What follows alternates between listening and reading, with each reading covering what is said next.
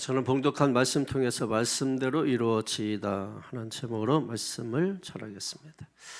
오늘 본문의 말씀은 하나님께서 마리아에게 천사 가브리엘을 보내서 고지하는 내용을 담고 있습니다. 어떤 내용인가? 31절에 보십시오. 31절에 시작.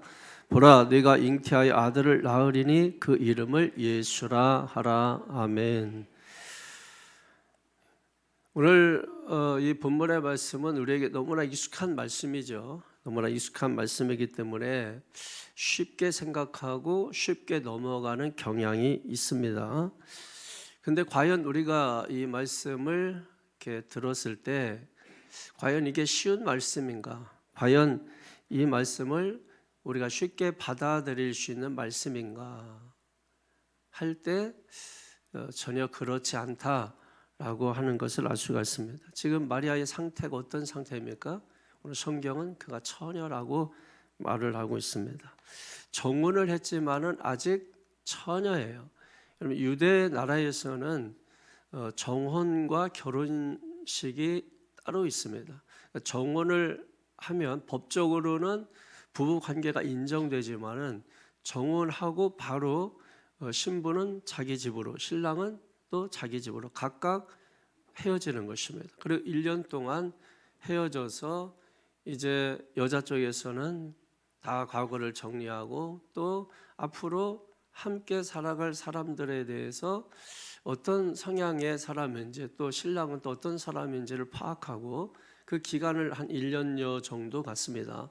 그리고 신랑은 신부를 데리고 와서 함께 살 수 있는 집을 아버지와 함께 1년 동안 짓게 되죠. 그리고 이제 아버지가 판단했을 때 집도 짓고 얘가 아내를 데려다가 고생 안 시키고 잘 살 수 있을 것처럼 보이면 그때 아버지가 말하는 것입니다. 가서 신부를 데리고 와라. 그래서 신랑이 신부 집에 찾아가서 신부를 데리고 오죠. 그러니까 정혼을 한 처녀라고 하는 말은 뭐냐면 정혼은 했지만 아직 남녀 관계를 맺지 않은 상태를 말하는 것입니다. 그러니까 아직 결혼은 하지 않은 상태예요. 정혼하고 헤어져서 1년 동안 서로를 돌아보면서 사는 시간, 그 시간에 어떤 일이 있었느냐? 처녀가 잉태하여 아이를 갖게 되는 일이 일어났다라는 거예요. 만약에 여러분이 이 일이 여러분에게 일어난 일이라면 이렇게 편안하게 아무렇지도 않은 듯이 여러분들이 과연 이 말씀을 들을 수 있었겠는가라는 생각을 해봅니다. 그리고 당시에 처녀가 아이를 가지면 주변 사람들이 돌로 쳐서 죽이도록 되어 있었습니다. 오늘 마리아 다시 한번 생각해 보십시오. 처녀입니다. 정혼을 하고 이제 결혼식을 앞에 두고 있습니다. 그런데 갑자기 네가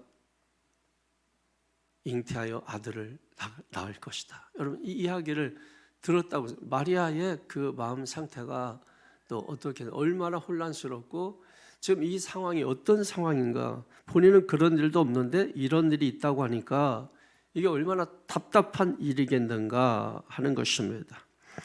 자, 오늘 마리아가 이 이야기를 듣고 어떤 마음일지 오늘 성경을 한번 보십시오. 34절을 한번 나와주세요. 시작. 마리아가 천사에게 말하되 나는 남자를 알지 못하니 어찌 이 일이 있으리까. 자, 이것을 우리가 거룩하게, 예를 들면 마리아가 천사에게 말하되 나는 남자를 알지 못하니 어찌 이 일이 있으리까, 이렇게 읽으면 아무 본문의 맥락을 전혀 파악하지 못합니다. 그러니까 제가 늘 얘기하지만 목소리가 무겁고 차분하다고 해서 그게 거룩하다고 생각하는 착각하지 않게 되기를 바랍니다. 속이는 거예요. 속이는 겁니다. 거룩한 척 속이는 거예요. 여기 보면 마리아가 천사에게 나는 남자를 알지 못하니 어찌 이 일이 있으리까. 여러분, 이 말이 그냥 처녀의 얌전한 말처럼 여러분 들려집니까? 지금 마리아는 이게 말이 됩니까 하고 항변하는 거예요. 어떻게 이런 일이 나에게 일어날 수 있습니까? 나는 그런 일이 없는데, 나는 남자하고 관계한 적이 없는데 어떻게 그런 일이 있을 수 있습니까? 하고 항변을 하고 있는 거죠. 당시 마리아 나이가 몇 살쯤 됐을까? 저는 생각할 때 10대라고는 생각하고 있었어요. 한 18세 정도. 왜냐면 그때 유대 사회에서 여성들이 시집가고 할 때가 보통 18세 전후로 해서 시집을 갔거든요. 그래서 그렇게 알고 있었는데 학자들의 그 견해를 살펴보니까 대부분이 12세 정도 됐다고 하는 것입니다. 그러니까 여러분 여자 나이 12세, 13세 지금도 여러분 세계 곳곳에 가보면은 10세 넘으면은 바로 시집가고 하는 나라들 많습니다.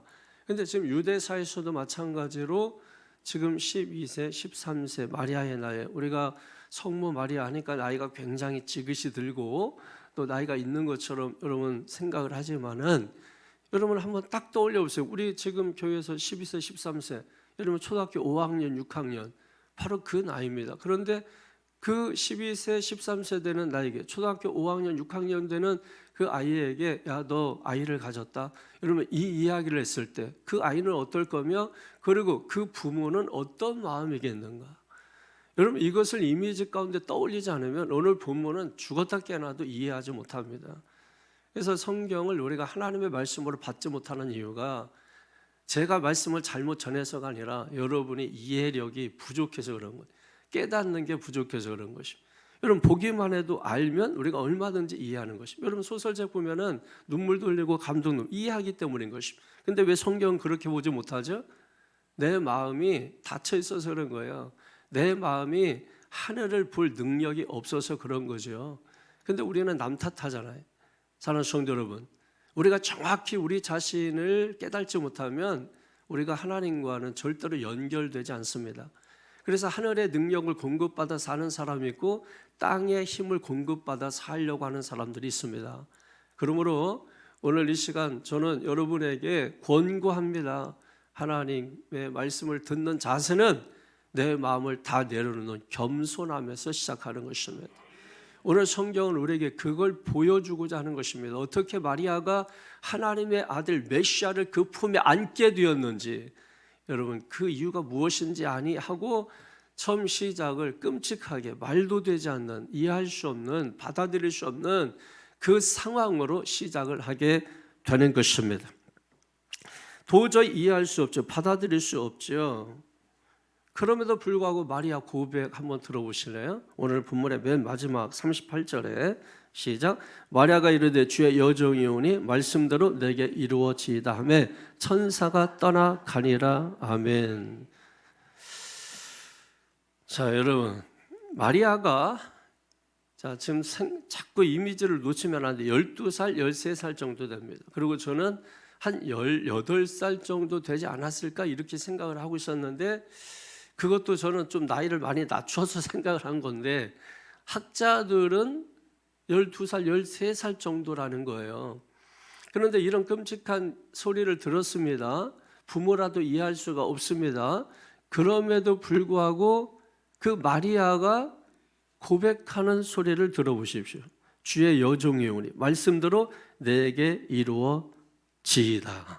여러분 이게 말이 됩니까? 근데 마리아는 그럼에도 불구하고 말도 되지 않는 상황에서 순종했다는 거예요. 여러분 신앙은 이해하는 게 아닙니다. 신앙은 순종하는 거예요. 여러분 많은 성도들은 이해가 안 된다는 거예요. 그러니까 이해하려고 하면 죽었다 깨어나도 이해 못 한다니까요. 여러분 우리가 옆 사람이 하는 말도 이해 못해서 맨날 지지고 볶고 싸우는데 하늘에서 말하는 소리를 어떻게 이해를 하겠다고 이해하려고 합니까? 그래서 여러분 하나님께서 하늘에 그릇을 준 거예요. 그게 믿음이에요. 믿음. 그 믿음을 너희가 가지어야 하늘을 담을 수 있단다고 믿음을 줬는데 보십시오. 믿음이 있습니까? 믿음이 뭡니까? 여러분 내가 하나님 앞에 하는 거 보면 믿음이 보이지 않나요? 내가 하나님 앞에 주일 성수하는 거 믿음의 바로미터입니다. 11조 내가 하는 거 믿음의 바로미터입니다. 믿음이 없는 겁니다. 하늘을 담을 수 있는 그릇이 내게 없는 거예요. 근데 여러분 이해하겠다고요? 여러분 마리아가 그게 이해가 돼요? 아니 옆에 있는 사람 이해가 됩니까? 아니 부모는 이해가 됩니까? 부모니까 자식을 낳았으니까 그러면 그 주변 사람들 같이 살았으니까 이 사람 이해해야지 이해가 됩니까? 오늘 우리가 너무 신앙을 너무 자기 수준에서 얄팍하게 생각하다 보니까 너무 인간적으로 인본주의적으로 내 생각으로 내 뜻으로 가고자 하는 것은 없는지, 여러분 이것을 우리가 돌아보지 않으면 절대로 깊이로는 갈 수 없어요. 그냥 앞으로는 따라갈 수 있는지 몰라도 깊이로는 갈 수가 없어요. 그래서 깊이 있는 성도가 되지 못하는 겁니다. 그럼에도 불구하고 마리아 오늘 어떻게 하고 있습니까? 나는 주의 여종이오니 말씀대로 이루어지이다. 여러분 12살, 13살입니다. 나이가 많다고 어른입니까? 천사가 나타났습니다.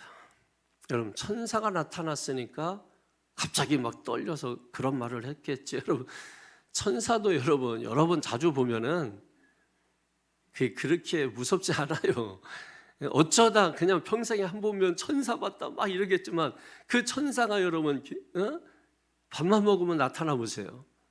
귀신도 배부를 때나 무섭지, 배고파 보세요. 눈이 획 돌아가면 귀신도 무섭지 않습니다. 천사가 이렇게 말하는 거죠. 35절에 다시 보세요. 시작. 천사가 대답하여 이르되 성령이 네게 임하시고 지극히 높으신 이의 능력이 너를 덮으시리니 이러므로 나실 바 거룩한 이는 하나님의 아들이라 일컬어지리라. 아멘. 마리아가 말했잖아요. 아니 내가 처녀인데, 내가 지금 나이가 몇 살인데, 그리고 나는 요셉이라는 청년과 정혼한 상태인데, 그런데 내가 임신했다고요? 이런 내용을 요셉이 알면 여러분 어떻게 했습니까? 여러분 정혼한 상태에서 내 남자친구가 이런 사실을 알았다고 했을 때 여러분 어떻게 하겠어요? 어떨 것 같으세요? 그런데 또 성경은 요셉은 또 어떤 사람이에요? 아주 점잖게 이 사건을 무마하려고, 이 사건을 덮으려고 했다? 그것도 천사가 고지했기 때문이다. 그러니까 두려워하지 말아라. 그래서 요셉이 두려워하지 않았다. 너무 성경은 여러분 이 모든 내용을 다 담고 있지 못해요. 그러려면 바다를 녹물 삼고 땅을 종이 삼아도 여러분 다 기록할 수 없겠죠. 그러니까 이 간극이라는 게 있잖아요. 글자와 글자 사이에, 문장과 문장 사이에, 그걸 우리가 이미지로 떠올리면서 말씀을 볼 수 있어야 됩니다. 그러니까 지금 요셉이 여러분 참 괜찮은 사람, 마음이 넓은 사람이고, 그러니까 그 자기 정혼한 여자친구가 아이를 가졌는데도 그래 그럴 수 있지 하고 덮어? 이게 여러분 말이 된다고 생각하세요? 우리가 너무 쉽게 그냥 내 일이 아니니까 그냥 이렇게 공감하지 못하고 넘어가고자 하는 그런 성향이 있는 것이죠. 그때 당시에 여인에게는 이건 도덕적으로 윤리관으로 도저히 납득할 수 없는 일이에요. 펄쩍 뛴 거죠. 그래서 어찌 이런 일이 내게 일어나겠습니까? 하고 뛴 거예요. 그러자 천사가 말했지 않습니까? 성령이 네게 임하시고 지극히 높으신 이의 능력이 너를 덮으시리니 이러므로 나실 바 거룩한 이는 하나님의 아들이라 일컬어지리라. 자, 그럼 무엇입니까? 여러분 한번 기억하시오. 마리아는 믿음의 사람입니다. 이런 일을 내 생각으로 세속적으로 도저히 받아들일 수 없지만 중요한 것은 성령께서 하시는 일이기 때문에, 성령께서 하시는 일이기 때문에. 여러분 오늘 본문의 말씀은 성령이 네게 임하시고, 이 일은 누가 하시는 거예요? 성령이 하시는 일이라는 거예요. 여러분 마리아와 우리의 차이가 바로 여기 있는 거예요. 우리는 항상 내 생각이 앞서잖아요. 내 계획이 앞서고, 내 뜻이 앞서고, 내 마음이 중요하고. 지금 마리아는 자기 생각, 자기의 뜻이나 자기의 마음이나 여러분 이것이 분명히 있었죠. 그런데 이 일이 누가 하시는 것이다? 성령이 하시는 것이다. 성령이 하시는 일이다. 그래서 마리아가 한 일은 뭐냐면 거기에 순종을 한 것입니다. 당혹스럽지만은, 당황스럽지만은, 이해할 수 없지만은 누가 하시는 일이기 때문에, 성령이 하시는 일이기 때문에 순종하겠다는 거예요. 자, 그럼 여기서 중요한 게 물어볼게요. 그럼 성령이 뭐 하시는 겁니까? 여러분 주님 앞에 앉아 있습니다. 그럼 성령이 뭐 하시는 거? 하시는 일이 뭐예요? 모르잖아요. 모르면서 아는 척하고 앉아 있는 것뿐인 거잖아요. 그럼 성령이 하시는 일이 뭐예요? 모르니까 순종이 못하는 겁니다. 왜 세상 일에 대해서는 이치가 밝으면서 왜 신앙적으로는 그냥 아무것도 몰라도 하나님은 너그러우시니까 다 용서해주고 덮어주는 거로, 나는 뭐 잘못해도, 나는 내 맘대로 해도 왜 하나님은 다 용서해주고 덮어주시는 분으로 왜 자꾸 하나님을 자꾸 자기가 조악하죠? 그럼 신앙이 안 돼요, 여러분. 여전히 내 생각과 내 뜻으로 그냥 10년 전이나 지금이나 그냥 내가 좋으면 은혜 받았다고 팔짝팔짝 뛰다가 또 내 생각에 감정적으로 그냥 뭐 하면 그 신앙이 또 감정적으로 가고, 그러니까 여러분 중심이 없는 거잖아요. 신앙은 예수 믿기로 결심한 것은 이제는 내 감정으로 살지 않고 내 이 중심에 하나님을 모셔드리는 행위가 신앙의 행위예요. 그런데 우리는 여전히 내가 중심이고 내가 주인이고 여전히 내 생각과 내 뜻이 더 중요한 거예요. 그러니까 성경 뭐라고 말하든지 관심 없습니다. 그래서 성경이 뭐라고 어떤 뜻을 우리에게 보여주시는가 하고 하는 것에 대해서는 전혀 우리는 거기에 알려고 하지도 않습니다. 입으로는 하나님 얘기해줘. 그래서 제가 하나님이 누구죠? 그러면 대답 못하는 거예요. 뭐 하나님의 은혜라고 막, 그럼 은혜가 뭐죠? 대답 못하는 거예요. 그럼 마리아가 지금 보십시오. 이 앞에 엄청난 이 일, 여러분 같으면 이걸 받아들일 수 있겠냐는. 근데 마리아가 그때 나이가 여러분 12살, 13살 나이란 말이에요. 그런데 그가 순종하겠습니다 이렇게 말한 그 배경이 지금 성령이 일을 하셨기 때문이라는 거예요. 그러면 여러분 이게 얼마나 중요한 일이에요. 기독교 역사에서 마리아를 통하여 이 일이 일어났는데 메시아가 왔는데 그 메시아를 품은 그 마리아가 왜 메시아를 품을 수 있었는지 그거 여러분 알아야 되는 거 아닙니까? 그래야 신앙이 되는 거 아닙니까? 이거 안 되면은 교회에 왔어도 인본주의자가 되는 거예요. 세속적으로 사는 거예요. 1, 2, 3, 4 줄 세우면서 사는 거예요. 그러니까 자기 마음이 중요하고 자기 감정이 말씀보다 주님보다 더 중요한 거예요.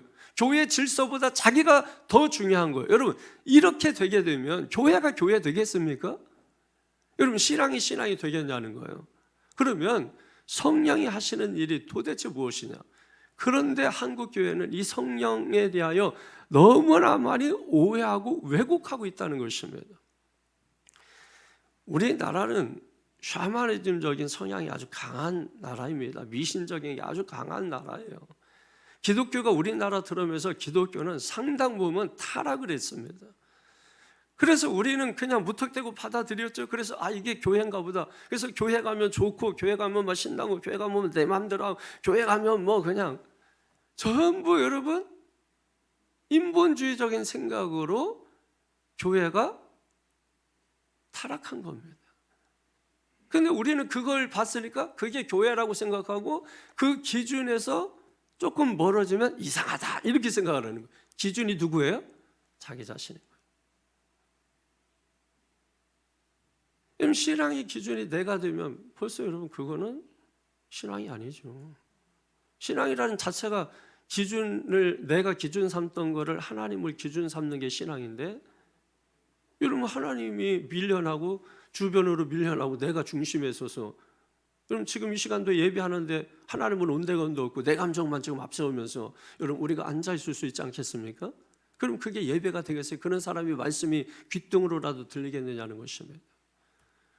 그런데 한국교회에 이 성령 충만, 그럼 딱 한번 생각해 보세요. 한국교회에서 성령 충만하면 떠오르는 첫 번째 이미지, 그냥 여러분 보름달하면 딱 떠오르는 이미지 있잖아요. 그럼 성령 충만하면 딱 떠오르는 이미지 뭐죠? 뭔가 그냥 막 하는 것 같고 뭔가 그냥 막 소리를 막 크게 지르고 뜨겁고 또 좀 더 나가면 병 고치고 귀신 쫓고 뭐 이런 거를 우리가 다 성령 충만, 저는 부인하진 않겠습니다. 성령 충만하면 그런 일이 있을 수 있어요. 그런데 아실 것은 성령 충만하지 않아도 그런 일은 있을 수 있습니다. 그럼 그 자체가 성령 충만한 증거가 되지 못하는 거죠. 그런데 오늘 마리아는 성령이 하셨기 때문에 그냥 순종했다는 거예요. 그럼 성령이 하시는 일이 무엇인가라고 하는 것을 우리가 떠올리지 않는다면 마리아가 하나님의 아들 메시아를 품은 사건은 요원하게 되는 것이고, 나도 하나님의 아들을 품에 안기는, 죽었다 깨어나도 할 수 없게 되는 것입니다. 하나님께서 왜 성령을 이 땅에 보내셨는가? 여러분, 하나님이 하시는 일들이 있지 않습니까? 그 하나님이 하시는 그 모든 일들을 한 사람 한 사람에게 적용시키기 위해서 성령이 우리에게 오신 것입니다. 그냥 이것이 그냥 막 뜨겁고 막 그냥 막 어떻게 하는 그것이 아니고, 그것도 성령의 한 부분이라고 할 수 있어요. 충만하면 그런 일이 나타날 수 있어요. 왜냐하면 더우면 땀이 나듯이 그런 현상은 있을 수 있지만 그게 본질이 아니죠. 밥 먹었는데 땀나게 하려고 여러분 밥 먹은 겁니까? 아니잖아요. 우리가 운동하면 땀이 나죠. 땀나게 하려고 운동하는 거 아니잖아요. 그거는 운동을 하니까 나타나는 현상에 불과한 거지. 우리는 나타나는 현상만 보다가 실체를 보지를 못한다라고 하는 것입니다. 여러분, 하나님께서 구원 계획을 세우시죠. 그 구원 계획을 세우셨습니다. 그래서 아들 예수 그리스도를 보내셔서 그 구원 계획 세운 것을 성취하셨어요. 자, 이제 성취하셨는데 그걸 각자 사람들에게 적용을 시켜야 되잖아요. 그러니까 우리가 모두가 다 십자가를 바라보고 있습니다. 구원을 바라봅니다. 그런데 그냥 바라만 보는 거지 그 구원이 내게 적용되지는 않은 거예요. 그걸 누가 할 수 있느냐? 성령이 하신다는 것입니다. 그래서 성령을 하나님께서 우리에게 보내주신 것이에요. 아니, 그럼 뭐 예수님이 하시면 되지 뭐 성령을 또 보내주십니까? 복잡하게? 여러분, 예수님은 육체로 오셨잖아요. 육체로 오셨기 때문에 예수님은 한 번에 한 번밖에 못 만납니다. 예수님이 지금 대한민국 안산에 있으면 대한민국에 있어도 대한민국 전체가 예수님 만나는 게 아니라, 안산에 있다고 안산 전체가 만나는 게 아니라 새창조교에 오셨다면 새창조 교회의 성도들만 만날 것이고, 그것도 제 서재에 들어가서 만나면 저하고만 만나고 다른 사람은 만나지 못할 것입니다. 그러나 성령은 영이시죠. 영이시기 때문에 시 공간을 초월해 동시다발적으로 어느 곳에서든지 외딴 섬에 있어도 동시에 영이시기 때문에 누구나 기도하는 그 순간에 원하면 다 만날 수 있게 되는 것이죠. 만약에 80억 인구나 되는 사람들 성령이 육체로 오셔서 그래서 한 사람씩 찾아다니면 여러분 몇 년 걸려서 80억의 인구를 다 만날 수 있을까요? 그래서 하나님께서 여러분 성령을 저와 여러분 가운데 보내주신 것입니다. 그래서 우리가 요한복음 14장 16장에 보게 되면은 내가 가는 것이 너에게 유익하다, 내가 가면 너에게 또 다른 보혜사를 보내주겠다고 약속하셨어요. 이 보혜사라고 하는 말이 뭐냐면 헬라어로 파라클레토스라는 말입니다. 이것은 곁에 와서 나를 돕는 분이라는 뜻입니다. 그러니까 보혜사 성령은 지금도 저와 여러분 동행하시면서 여러분을 도와주시는 분이신 것입니다. 무엇을? 예수 그리스도께서 이루시고 실천하시고 성취하신 그 일을 내게 각자 뭐 하려고? 적용시키려고. 성령은 지금도 저와 여러분과 함께 동행하시면서 설득하시는 거예요. 예수님을 영접해라. 예수님을 받아들여라. 네 마음을 활짝 열어라. 신앙은 감정이 아니라 순종하는 것이다. 계속해서 여러분 성령이 우리 안에 들어오셔서 내 속에서 말씀을 하시는 것입니다. 그러므로 성령 충만한 사람의 특징이 뭡니까? 이게 뭐 귀신 쫓고 쫓으면 좋겠죠, 여러분. 그런데 그거는 성령 충만 안 한 사람도 귀신 쫓습니다. 스님도 쫓는 사람이 있고 무당도 쫓는 분이 있고. 그럼 성령 충만한 사람만 그거 하는 거 아니에요. 충만해도 할 수 있고 충만하지 않아도 할 수 있는 겁니다. 그러면 진짜로 성령 충만한 성령 충만한 사람은 어떤 사람이 성령 충만한 사람이냐? 여러분, 나를 구원하기 위해서 하나님이 나를 위하여 약속하신 하나님의 말씀을 실천하는 사람이죠. 한마디로 말하면 말씀으로 살고자 하는 사람. 여러분, 이 사람이 바로 성령 충만한 사람입니다. 여러분, 하나님은 사랑이시죠. 그래서 우리를 얼마나 사랑하시는지 한번 보세요. 하나님은 저 멀리 천국에 계십니다. 우리가 갈 수 없죠. 여러분 죽으면 갈 수 있겠지만 살아있는데 어떻게 갑니까? 그래서 예수님을 우리가 바라봅니다. 근데 예수님은 이미 십자가 짊어지고 돌아가셨잖아요. 그럼 예수님이 가셨으면 끝이에요. 그러나 하나님은 우리를 너무나 사랑하시기 때문에 모든 걸 성취하셨지만 그냥 끝내고 가신 것이 아니고 가셔서 보혜사 성령을 우리에게 보내주신 것입니다. 보내주셔서 하나님이 이루신 그 구원, 그 모든 것들을 우리에게 뭐 하려고요? 적용케 하려고. 그래서 보혜사 성령을 우리에게 보내주셔서 그 성령으로 하여금 우리가 구원의 길을 지금도 걷게 하시는 것입니다. 그러니까 성령 충만한 사람은 다른 게 아니죠. 무엇을 통해서 지금도 그 길을 걷게 하시나요? 하나님의 말씀입니다. 그래서 성령 충만한 사람은 결국은 말씀을 붙잡고 가는 사람이 아니라 말씀에 붙잡히는 사람. 말씀에 붙잡히더라도 조금 붙잡힐 수 있고 완전히 붙잡힐 수 있잖아요. 딱 보면 아는 겁니다. 이 사람 말씀에 붙잡혔구나, 이 사람 말씀에 붙잡히지 않았구나. 집에 가서 여러분 보세요. 성경 한 절 있습니까? 아니, 성경 일주일 한 달 가도 한 장을 읽냐 말이에요. 안 붙잡혔잖아요. 그러니까 육의 소리 하는 겁니다. 육의 눈으로 보는 겁니다. 나는 영의 눈으로 보는데 육의 눈으로 보면서 이건 어떻다 저건 저렇다 그러면 여러분 그게 말이 안 되니까 말을 섞지 못하는 겁니다. 사랑하는 성도 여러분, 여러분이 정말 하나님을 믿는 사람이라면 정말 하나님 믿는 사람답게 하나님의 믿는 사람다움을 보여주시면 됩니다. 말이 아니라 보여주시면 됩니다. 보여주시면 믿겠습니다. 왜? 사람이니까요. 사람은 서로 봐야 확인할 수 있잖아요. 근데 하나님은 조금 멀리 계시니까 볼 수 없잖아요. 하나님은 보게 하기 위해서 예수님을 보내주셨습니다. 그런데 예수님은 사역을 완성하시고 떠나가셨으니까 그를 대신하여 보혜사 성령을 보내주신 거예요. 왜? 동시다발적으로 모든 사람들이 만날 수 있고 그리고 동시다발적으로 구원을 경험할 수 있게 하기 위하여 성령을 우리에게 보내주신 것입니다. 그래서 성령의 사람의 특징은 뭐냐면 다른 게 아니라 하나님의 말씀에 붙잡힌 사람, 즉 얼마만큼 붙잡혀도 여러분 얼마만큼 붙잡혔냐는 거예요. 다시 말해서 내가 붙잡힌 만큼 순종하는 겁니다. 여러분 마리아가 어떻게 이 엄청난 일을 여러분 순종했을까요? 마리아가 한 게 아니죠. 붙잡힌 만큼. 여러분 왜 자꾸 자기 생각으로 뛰쳐나갑니까? 제 손이 안 붙잡혔잖아요. 여러분 붙잡혔습니까? 안 붙잡혔잖아요. 그러니까 자기 마음대로 하는 거 아닙니까? 붙잡힌 사람은 절대 자기 마음대로 못합니다. 부모가 자식 붙잡죠.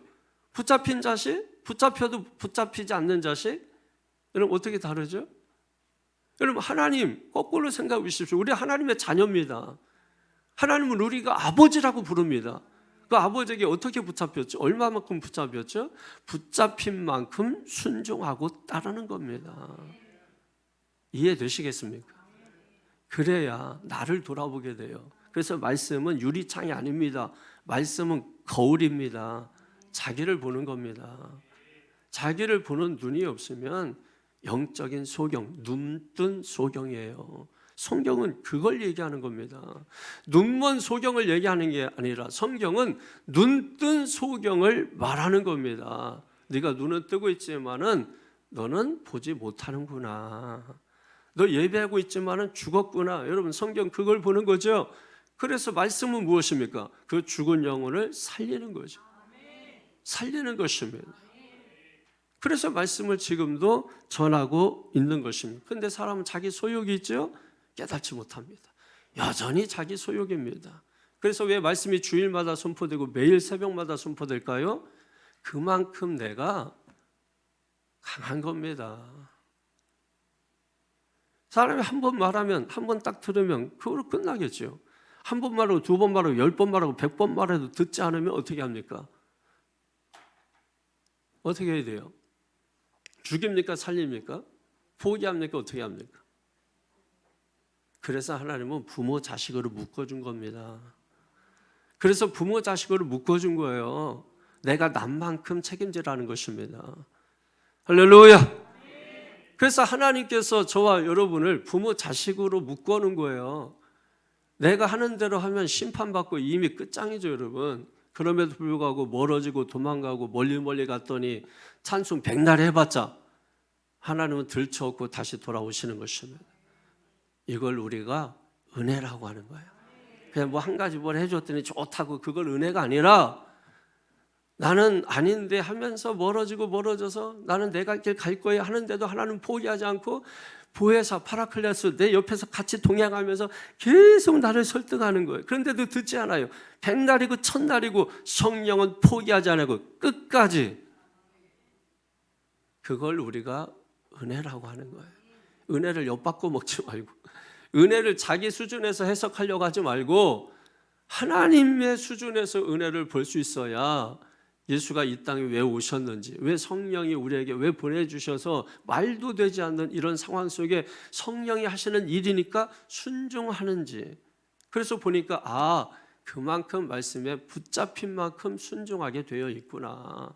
교회도 여러분 많은 사람들이 있잖아요. 다 순종합니까? 아니잖아요. 그럼 누가 더 순종합니까? 붙잡힌 사람이에요. 그래서 자기 일 있고 자기가 하고 싶은 거 몸도 피곤하고 막 죽을 것 같고 그래도 여러분 이 자리에서 하는 거예요. 그래서 맡은 자들에게 구할 것은 뭐다? 충성이라고요. 그게 충성입니다. 그래서 군인들에게 충성을 요구하는 거예요. 왜? 아니 바쁘다고 집에 가고 전쟁하는데 집에 일이 있다고 여러분 총 내려놓고 집에 가고 충성이 돼야 안 돼요. 그럼 나라 꼴이 뭐가 돼요? 성도 여러분 깨달으십시오. 하나님의 말씀입니다. 말씀이 우리에게 말씀하고 있는 거예요. 그래서 결국은 우리가 돌아봐야 될 것은 무엇인가? 내가 마리아만큼 하나님의 말씀에 붙잡혔는가? 이걸 돌아보고 여기서부터 먼저 자기를 돌아보고 그리고 말을 하시라는 얘기입니다. 사도행전 9장에 보면 사도 바울이 여러분 유대적 열심을 얼마나 가졌어요? 율법적으로 사도 바울처럼 똑똑한 사람이 없어요. 당시 가말리엘이라는 이 스승은 엄청난 스승입니다. 아리스토텔레스 뭐 이런 사람들만큼 뛰어난 사람이에요. 그 스승 만나고자 하는 게 줄 쓴 겁니다. 근데 그 제자예요. 얼마나 똑똑하고 율법적으로 얼마나 확실한 사람입니까? 그래서 그가 자기 수준에서 자기 열심으로 예수 믿는 사람 잡아오게 가두고 스데반 돌 맞아 죽을 때 옆에서 잘한다고 박수친 사람이에요. 그런데 그가 다마스커스 도상에서 예수를 만나고 사도행전 9장에 보게 되면은 눈이 멀어버립니다. 그래서 아나니아라고 하는 종을 보내서 안수해서 다시 그 눈에서 비닐이 벗겨지게 하고 눈을 다시 뜨게 하죠. 그리고서 끝내 말이 뭐냐면 다시 보게 된지라 이 말씀이에요. 저는 이 말씀을 너무 사랑하거든요. 너무 좋아하거든요. 그래서 제가 여러분에게 늘 말하잖아요. 다시 본 거 없으면 말하지 말라고. 본 것도 없으면서 뭘 말해요? 본 게 이 세상이니까 맨날 믿는 사람끼리 모여도 세상 얘기하고 있는 거죠. 본 게 하늘을 본 적이 없으니까.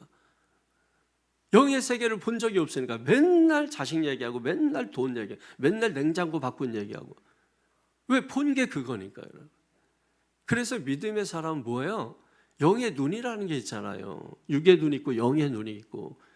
그래서 다시 보게 된 게 있어야 그때부터 여러분 신앙이 되는 거고 그때부터 여러분 바울이 되는 겁니다.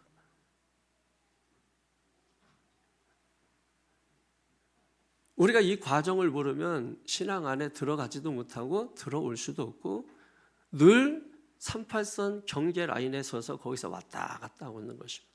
그러니까 이게 남쪽 사람인지 북쪽 사람인지 이게 동양 사람인지 서양 사람인지 도대체 신분이 뭐야 이 사람? 왜 정확하지가 않은 거예요? 정확히 하세요. 내가 하나님 편인지 세상 편인지 정확히 하세요. 그것부터 여러분 정확히 하시고 그리고 우리가 그래 한번 해보자 이렇게 달려들 수 있게 되기를 주님의 이름으로 축원합니다. 자 여러분 다시 한번 정리해 볼게요.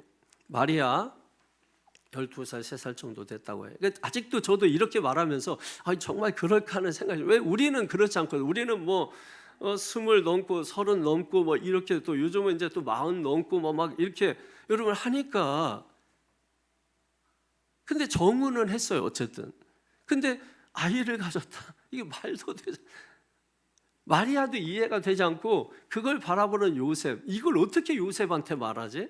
여러분, 이 상황을 여러분이 한번 정리를 해보시라는 것입니다. 마리아 마음이 얼마나 두려울까요?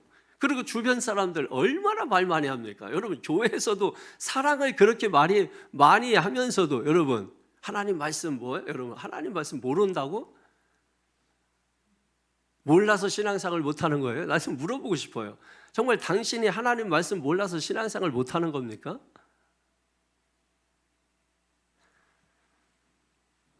아니, 밥 먹을 줄 몰라서 밥 못 먹는 사람 있어요? 바쁘면 먹는 거지? 다 변명입니다. 내가 못하니까 변명입니다. 그렇게 해서 우리는 절대 우리 앞에 놓여있는 장벽을 뛰어넘을 수 없어요. 교회에서조차 사랑 이야기하면서 사랑이죠, 여러분. 근데 사랑합니까? 미워하잖아요. 시기하고 질투하고 막 욕하고 비방하고 또 뭐 이상한 말 하고 뭐 막 하지 않습니까, 여러분? 그 마리아가 12살, 13살 됐는데 그런 말을 어떻게 그가 견뎌낼 수 있었을까요? 그래서 변명하는 겁니다. 나는 남자를 알지 못하니 어찌 이런 일이 있겠습니까? 그럼에도 불구하고 천시가 수태고지라고 하죠. 이 고지를 하는 겁니다. 성령이 내게 임하시고, 여기에서 이게 성령이 내게 임하셨다, 성령이 하셨다, 이 말이에요. 지극히 높으신 이의 능력이 너를 덮으시리니 이러므로 나실 바 거룩한 이는 하나님의 아들이라 일컬어지리라. 그러니까 여러분 생각할 때 하나님의 아들 예수님이니까 마리아가 순종했구나. 여러분, 그거는 뒤의 얘기죠.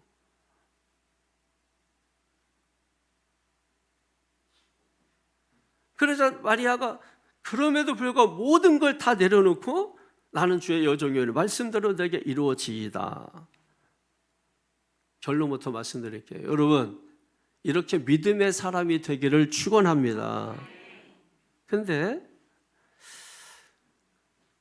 마리아가 이와 같이 나는 주의 여종이오니 말씀대로 이루어지이다, 이게 왜 중요하냐면, 이렇게 할 때 우리가 성령 말로만 하는 게 아니라 성령의 열매, 그 맛을 볼 수 있는 사람이 되기 때문인 것입니다. 우리는 성령의 열매, 사랑과 희락과 평과 오래 참음과 자비와 양성과 충성과 은혜와 절제, 이것도 뭐 모르는 사람 있겠습니다만은 어쨌든 이런 성령의 열매, 말은 하죠. 사과 열매, 말은 하죠. 그런데 그걸 먹어봐야죠. 저는 여러분 어디 가서 이렇게 음식이 나오면 나 그거 먹을 줄 몰라요, 못 먹어요, 그렇게 말하잖아요. 그러면 그런 사람은 평생 그 맛이 어떤 맛인지 모릅니다. 그래서 저는 먹지 못해도 좋으니까 이 맛이 어떤 맛인지 입에는 대보세요. 그래야 내가 이걸 어떤 맛이구나 하는 걸 말은 할 수 있잖아요. 제가 늘 하는 얘기입니다. 나 안 먹어, 배불러서 안 먹어서 안 먹어. 여러분 그렇게 하지만은, 그러나 배불러도 한번 이렇게 대보는 게 뭐가 그렇게 어려워? 나 이거 한 번도 안 먹어. 그럼 한 번도 안 먹어봤으니까 평생 못 먹어야 됩니까? 그냥 맛이라도 보려면. 외국 갔어요. 외국 갔으면 나 이거 평생 안 먹어본 거. 그럼 먹지 말았어요. 이런 식이 돼버리잖아요. 그러니까 내가 못 먹더라도 맛은 볼 수 있어야 되잖아요. 자, 보세요. 신앙생활을 우리가 어떻게 하고 있는지 정확한 거예요. 그러니까 사람은 정확하게 잣대를 들이대서 당신 수준이 이렇잖아요 하면 기분 나빠해요. 내 수준은 이거지만 말씀으로 덮어주고 은혜로 덮어주고 뭐 덮어주고 해서 아무도 모르게 수준 차이가 안 나게 해주면 은혜 받았다 이렇게만. 그럼 저는 거짓 선지자죠. 저는 여러분을 속이는 거예요. 그냥 돈만 뺏는 거짓 싹돈 목자입니다. 저는 그런 사람 되기 싫거든요. 제가 할 일 없어서 여러분 목사하는 게 아니잖아요. 저도 얼마든지 다른 거 할 수 있는데 하나님이 부르셔서 마리아처럼 주님 제가 뭐 목회자들 상입니까? 목회자들 상입니까? 근데 저는 아닌데 주님이 여러분, 근데 성령이 임하신 거예요. 그래서 순종한 거예요, 마리아처럼. 그 성령이 하시는 일이 뭐냐는 거예요. 어떻게 했길래 마리아가 순종했고 제가 그럴 상이 아닌데 목사가 됐느냐 이거예요, 여러분.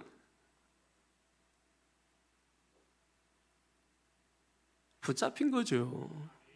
도망치는데 붙잡힌 거죠. 여러분, 붙잡는 것도 붙잡혀야 붙잡히는 겁니다. 그러니까 아무것도 안 하면 안 붙잡혀요. 여러분이 그래도 어렵지만 힘들지만 기도하고 눈물 뿌리고 있고 성경 읽고 있고 묵상하고 있고 그러면 여러분 어느 순간에 붙잡힙니다. 그래서 내가 할 일은 내가 하고 하나님이 하실 일은 하나님께 맡기는 걸 믿음이라고 하는 겁니다. 그래서 성경은 다 보세요. 너희는 먼저 그의 나라와 그를 구하라. 그리하면 이 모든 것은 하나님이 하시는 것이고, 구하라 찾으라 두드리라 내가 하는 거고, 주시리라 채워주시리라 열어주시리라 하나님이 하시는 거고, 다 여러분 너는 전심으로 나를 찾아라 내가 하는 것이고, 그러면 네가 알지 못하는 모든 일을 하나님이 보여줘 하나님이 하시는 것이고, 성경은 다 그렇게 되어 있는 것이고, 근데 우리는 내가 할 일은 안 하면서 오직 하나님 알아서 해주십시오. 믿음 같지만 믿음 빵점인 겁니다. 그거는 성경을 보지 않았기 때문에 내 생각으로 믿음은 이런 거야 하고서 지레 짐작했기 때문에 그런 현상이 나타나는 거예요. 성령의 열매 그냥 보기만 하고 쳐다보기만 하는 사람이 아니라 실제로 그 맛을 보는 사람들은 마리아처럼 하나님의 아들 메시아를 그 품에 안게 되는 맛을 보게 된다는 것입니다. 만약에 마리아가 아유 나는 못해요, 나는 못 먹어요, 한 번도 저는 안 해봤어요, 아유 저 성격은 원래 그런 성격이 아니에요, 내 성격이에요, 여러분 그렇게 했다면 여러분 마리아가 오늘 하나님의 아들을 그 품에 안을 수 있었을까요? 절대로 그럴 수 없다고 생각을 합니다. 그러므로 우리가 마리아를 통해서 오늘 배울 수 있는 것은 무엇이냐면 사람임에도 불구하고 하나님의 아들을 품을 수 있는 그런 놀라운 삶을 살아간 사람이라는 것입니다. 그래서 우리도 성령의 사람이 되면 우리도 하나님의 아들을 품고 살 수 있다. 그래서 성령이 하시는 일에 순종하라는 것입니다. 그럼 성령이 하시는 일은 뭐라고요? 하나님이 성취하신 이 모든 일을 각자에게 적용시키는 일을 하신다는 것입니다. 그러므로 오늘 저와 여러분들이 성령이 이끄시는 대로 내가 가면 드디어 구원의 역사에 동참하게 된다는 것입니다. 그 결과로 그동안 내가 불신자로 있다면 불신자로 있었기 때문에 맛보지 못하던 것들, 믿지 못하기 때문에 맛보지 못하던 것들, 내가 교회에 와 있지만은 여전히 내 생각으로 가로막혀 있어서 보지 못했던 것들, 맛보지 못했던 것들, 내가 성령의 이끌림을 받는 순간에 믿는 자로서 맛보지 못하던 것을 맛을 보면서 야 이게 이런 맛이었어? 야 대단한데? 여러분 우리가 찬사를 고백하게 되는 것입니다. 여러분 커피가 여러분 종류가 많아요. 보통 우리가 먹는 커피는 쌍커피 이렇게 생각하면 돼요. 원두에 따라서 여러분 커피가 엄청 비싼 것은 제가 최근에 한 14만 원짜리 500g 14만 원짜리를 시켜봤어요. 500g에 14만 원이야. 원두 콩 갈면 그거 뭐 얼마나 나오겠습니까?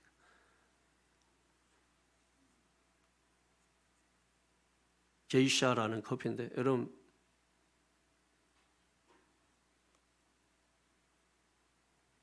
맛이 같을까요? 다를까요?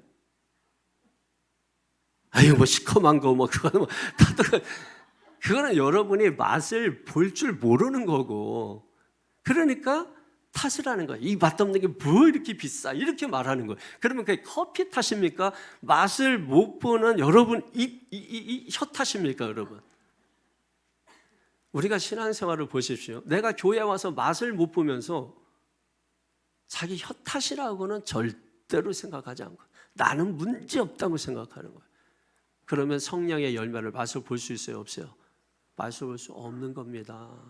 마리아 이해할 수 없어요. 상황 이해할 수 없어요.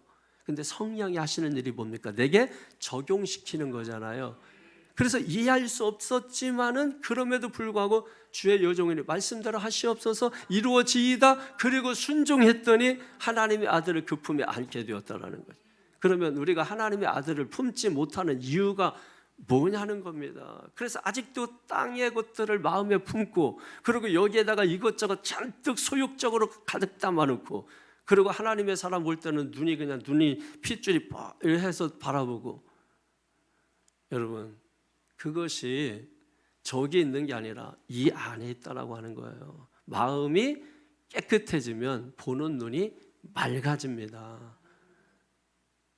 그래서 여러분, 성경은 로마서 12장에 우리가 뭘 변화를 받으라고요?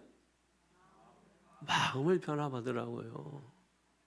마음의 변화를 받으라고요. 그래야 하나님을 담을 수 있다는 겁니다. 그러지 않는 이상은 죽었다 깨라도 여러분 담을 수 없는 거죠. 그런데 참 놀라운 말씀이 오늘 본문에 있어요. 37절 말씀을 한번 보세요. 37절에 시작.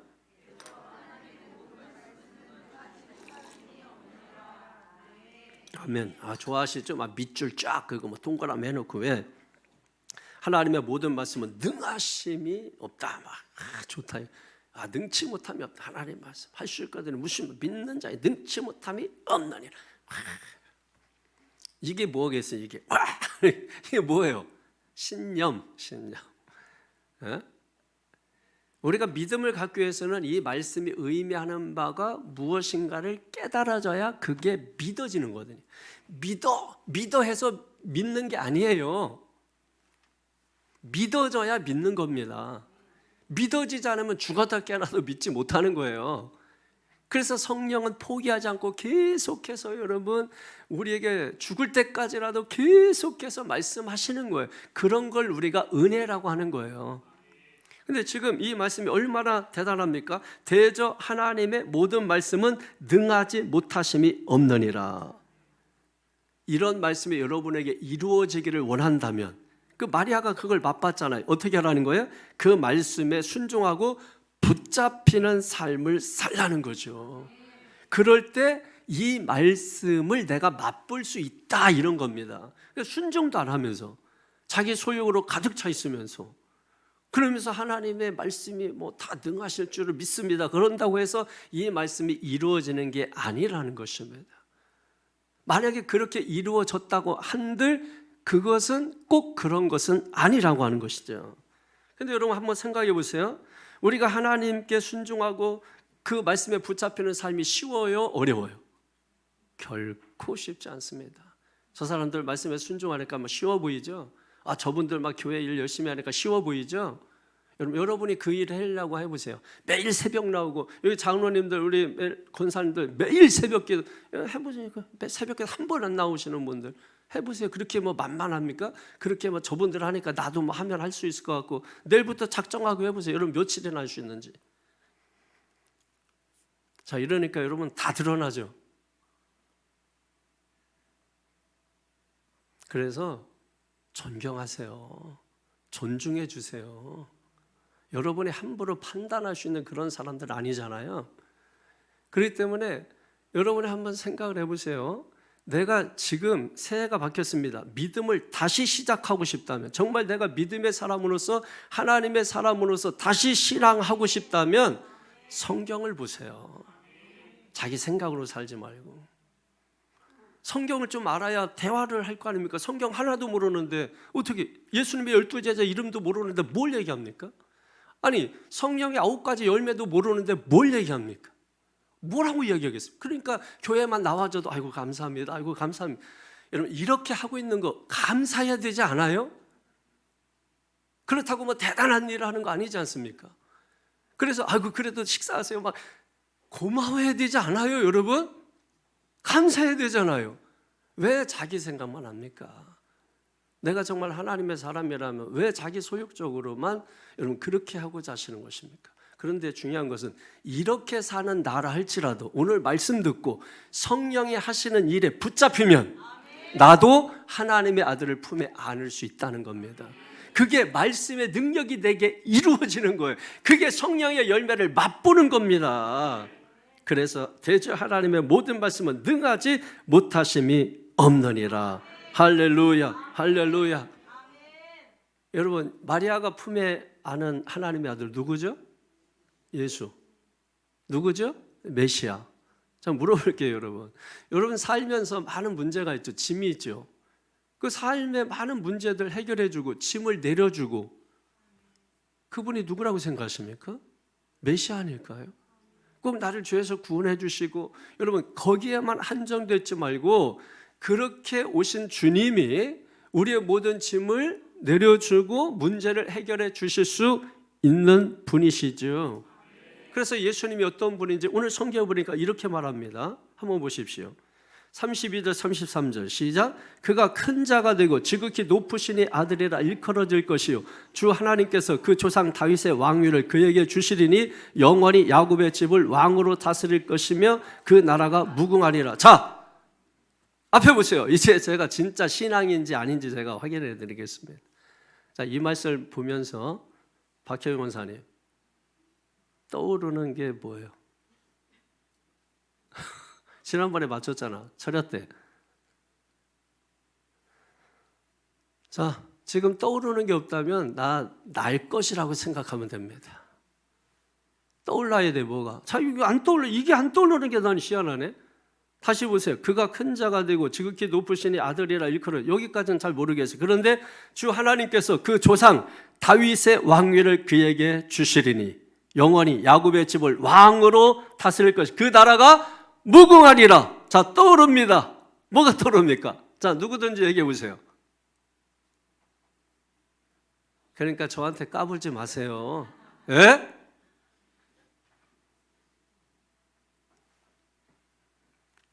나단의 신탁 뭡니까?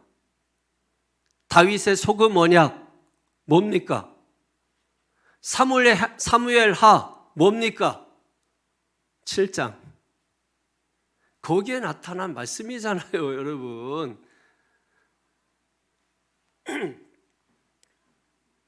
사무엘 7장에 13절 16절부터 한번 제가 읽어드릴게요. 그게 떠오르나? 그는 내 이름을 위하여 집을 건축할 것이요 나는 그의 나라 왕위를 영원히 견고하게 하리라. 나는 그에게 아버지가 되고 그는 내게 아들이 되리니 그가 만일 죄를 범하면 내가 사람의 매와 인생의 채찍으로 징계하려니와 내가 네 앞에서 물러나게 한 사울에게서 내 은총을 빼앗은 것처럼 그에게서 빼앗지는 아니하리라. 네 집과 네 나라가 내 앞에서 영원히 보존되고 네 왕위가 영원히 견고하리라 하셨다 하라. 이 말씀을 어떤 상황에서 주셨는지는 또 기억하시나? 어떤 상황에서 주셨어요? 여러분, 다윗이 성전 건축을 하고 싶은 열망이 강했죠. 그래서 하나님 성전 건축하게 해주세요. 그런데 피를 많이 흘렸어요. 그래서 하나님이 다윗에게 허락하지 아니하고 네 아들의 때에 이루어질 것이야. 그런데 왜 다윗이 성전 건축을 하고 싶었던 그 다윗의 마음이 있었죠. 광고에도 나왔었고 뭡니까? 나는 백향목궁에 가는데 아버지는 여전히 휘장 가운데 있구나. 성막 가운데 있다 이거예요. 추운 데 있다 이거예요. 그래서 광고 제가 말씀드렸죠. 기억하시면. 네, 그렇지. 여보, 이번 겨울에 아버지 집에 보일러 놔드려야 되겠어. 이게 다윗의 마음이었어요. 하나님은 다윗의 옳고 그름 흑백으로 보지 아니하고 그렇게 생각하는 그 다윗의 마음, 거기에 감동을 받으신 거예요. 그래서 다윗, 너는 피를 너무 흘려서 안 돼. 그러나 네 아들 때에 성전을 짓게 될 거야. 예언하신 대로 뭡니까? 솔로몬 성전이 첫 번째 지어졌죠. 그러나 다윗은 뭡니까? 그래서 하나님께서 그때 주신 말씀이 다윗 언약 또는 다윗 소금 언약 또는 나단의 신탁이라고 하는 것입니다.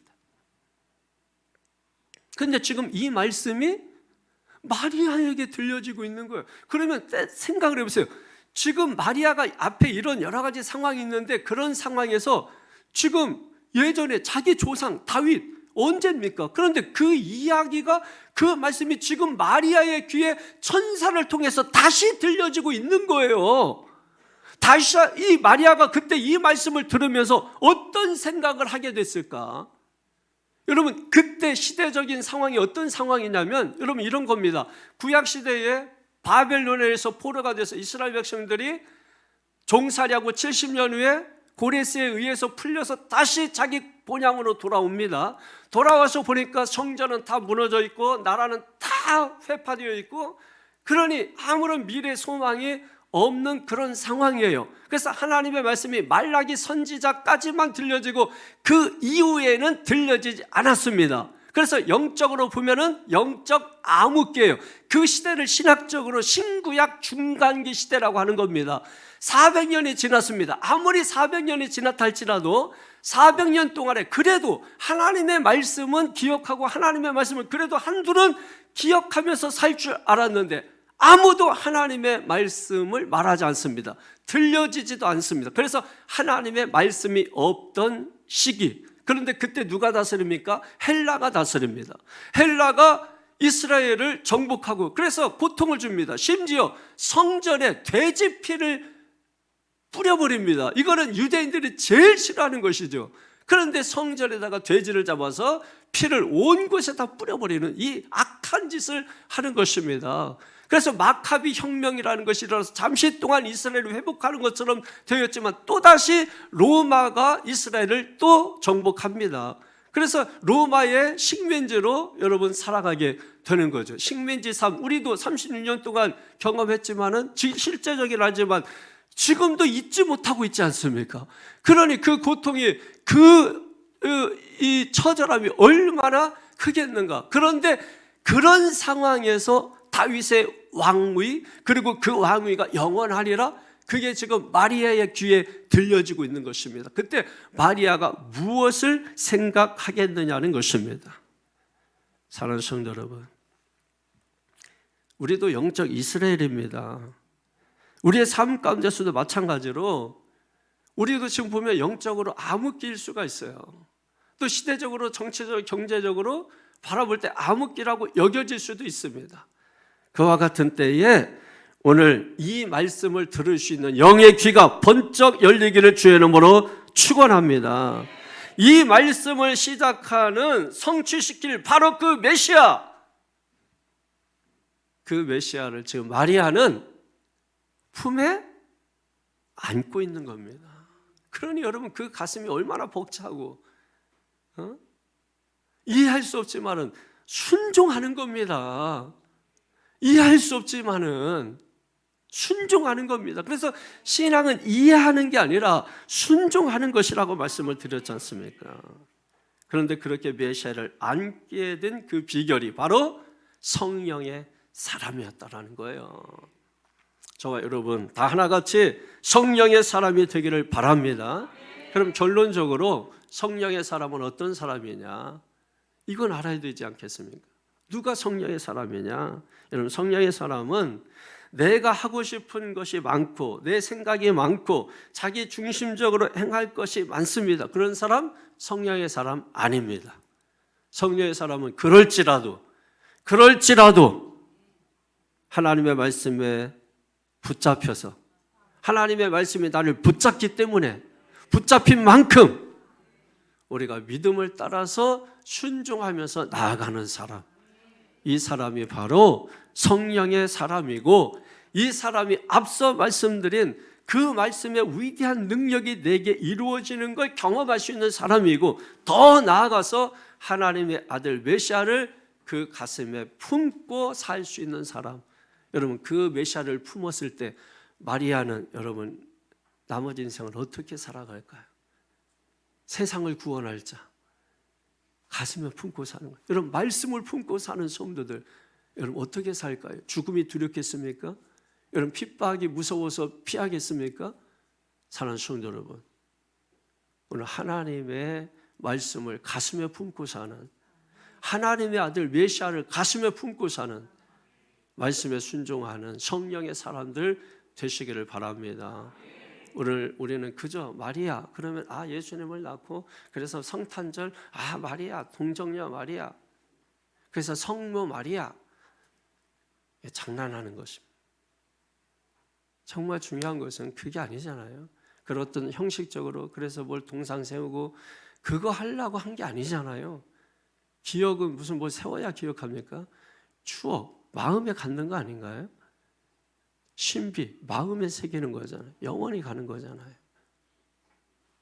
그래서 우리가 주님을 마음으로 믿는 겁니다. 그래서 보이지 않는 성령으로 우리 가운데 오신 것입니다. 보이지 않기 때문에 볼 수 있는 힘 필요하죠? 그래서 믿음을 선물로 주시는 것입니다. 그 믿음을 가지고 우리가 이해하려고 하는 게 아니라 나는 이해할 수 없고 나는 상황이 도대체 납득할 수 없지만 그럼에도 불구하고 성령께 나는 붙잡힌 사람이기 때문에 붙잡힌 만큼 순종하는 겁니다. 그럴 때 붙잡힌 만큼 하나님의 말씀의 능력을 경험하게 되겠죠. 이제 말씀을 실제로 정리하겠습니다. 저는 여러분 2026년 신앙을 다시 시작하고 싶다면 이런저런 이유 핑계 대지 말고 내가 이해할 수 없지만 이런 거 따지지 말고 따지지 마세요. 옳고 그름 따지지 마세요. 저 사람 왜 그러지? 그런 소리 하지 마세요. 당신은 더 이상해요. 그런 소리 하지 마시고 다 내려놓고 에? 이상해. 이런 그러지 않아요? 장로님 이상해. 내가 볼 때 제일 이상해 장로님이. 아니 갑자기 걸어 나오다가 왜 넘어지냐고 여기서 왜 제주를 넘냐? 이상하잖아요. 에? 그 여러분 그냥 하나님이 기쁨 주시는구나. 왜 춤만 추지 병원에 가냐고. 이상해 다. 따지지 말고. 성경이 말씀하잖아요. 네가 판단하면 그 판단으로 네가 더 판단을 받으리라. 성경이잖아요. 성경. 제 말이 아니고 성경이잖아요. 오늘 여러분 제가 지금 전하는 이 말씀이 우리 목사의 말을 전하는 게 아니고 성경의 사상을 전하는 거예요. 그래서 하나님의 말씀을 전하는 것입니다. 그런데 세상 사상으로 세상 정신으로 묶여 있죠. 그러니까 여러분 하나님 말씀이 안 들리는 거죠. 그래서 내려놓아라. 겸손하라. 마리아처럼 겸손하라. 그래야 들린다. 그래야 순종할 수 있다. 순종하게 되면 우리가 알지 못하는 크고 비밀하고 은밀한 것을 우리가 알게 될 것이다. 그래서 우리의 가치관이 달라지고 세계관이 달라지고 인생관이 달라지고 물질관이 달라지고 다시 보게 된 것을 가지고 교회 생활, 신앙생활 할 때 그럴 수 있지. 사람이니까 그렇지. 그러면 어때? 하고 우리가 함께 더불어 교회 공동체를 무너뜨리고 해치는 자가 아니라 교회를 세우고 하나님의 나라를 세우며 가는 믿음의 비판자가 아니라 동역자가 되어서 하나님의 나라를 함께 일구는 복된 삶을 살아가게 될 줄로 믿습니다. 이 은혜가 오늘 저와 여러분 모두에게 넘치기를 예수 이름으로 축원합니다.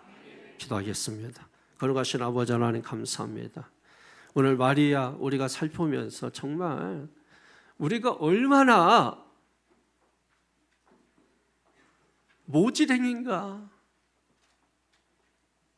돌아보게 됩니다. 신앙은 말이 아닐진데 능력일진데 능력이 없으니 말밖에 없고 말로 모든 걸 하려고 하는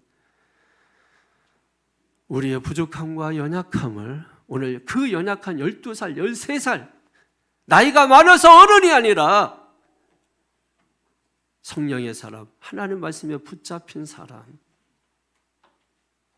마리아를 통해서 우리가 이 시간 보고자 하는 것이 무엇인가를 제대로 정확하게 보게 하시고 이 시간 보고 들었다면 여전히 내 생각, 내 고집을 하지 말고 말씀에 나를 내려놓고 말씀이 나를 보게 하고 말씀이 나를 관찰하게 하고 그래서 말씀에 붙잡혀 우리가 한번 새롭게 주어진 이 날들을 새롭게 만들어가며 살아가는 복된 성도들 되게 하여 주시기를 원합니다.